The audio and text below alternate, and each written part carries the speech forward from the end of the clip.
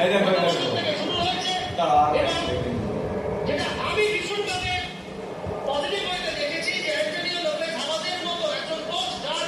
মানসিকতা এই ইস্ট বেঙ্গল টিমটা কেঁদে ফেলেছে মানসিকতা এই ক্লাব দিতে কাচ্ছি প্রতিটা মনে হচ্ছে ডিসিশন একদম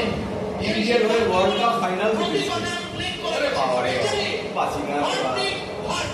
আনবিলিভেবল পারফরম্যান্স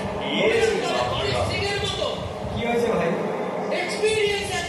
একজন সেলিব্রেশন দেখো বেঞ্চে বসিয়ে সেলিব্রেশন দেখো তোমার ন্যান্টো সেলিব্রেশন দেখলাম